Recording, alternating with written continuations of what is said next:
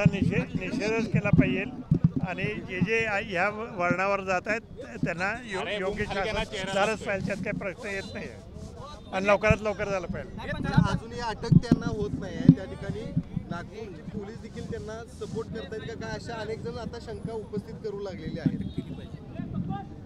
अटक तर केलीच पाहिजे, त्यात काय प्रश्न येत नाही, मी आत्ताच सांगितलंय आणि करतील अशी आपण अपेक्षा करूया त्यांच्याकडे। पोलीस पथक त्या ठिकाणी पोहोचलंय, मात्र त्यांना देखील सहकार्य तिथल्या पोलिसांकडून होते अशी देखील माहिती समोर येते। एकंदरीत कसं बघताय या सगळ्या प्रकरणात?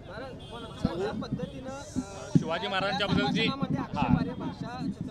एकेरी भाषा वापरली गेली होती किंवा सांगू आता कार्यक्रम बरोबर आहे।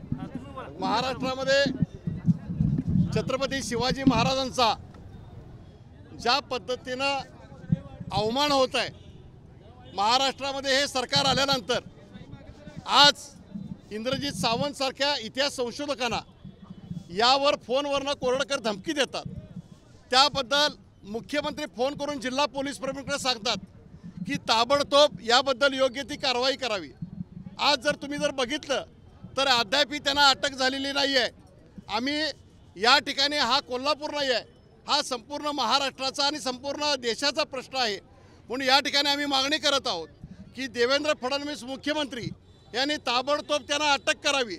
येणाऱ्या 6 तारखेपर्यंत 5 तारखेपर्यंत जर अटक झाली नाही तर 6 तारखेला मुख्यमंत्र्यांच्या दौऱ्याच्या वेळेला कोल्हापूरची छत्रपती शिवाजी महाराजांच्यावर प्रेम करणारी स्वराज्याचा पाईक असणारा भगवा झेंडा घेऊन या ठिकाणी मुख्यमंत्र्यांना अडवून आम्ही जाब विचारणार आहोत।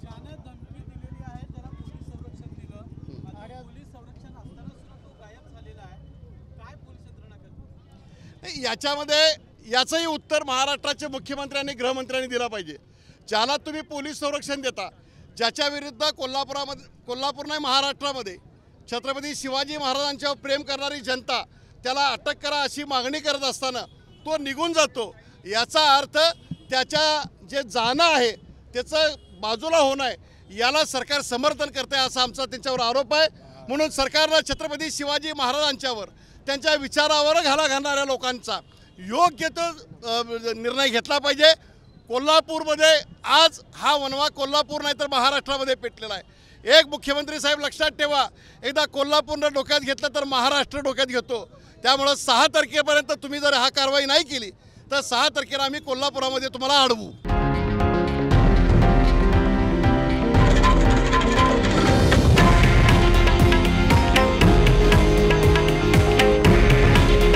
हे आहे देशातील नंबर 1 न्यूज नेटवर्क आणि आपण पाहत आहात TV9 मराठी। काळजी तुमची, हित महाराष्ट्राचं।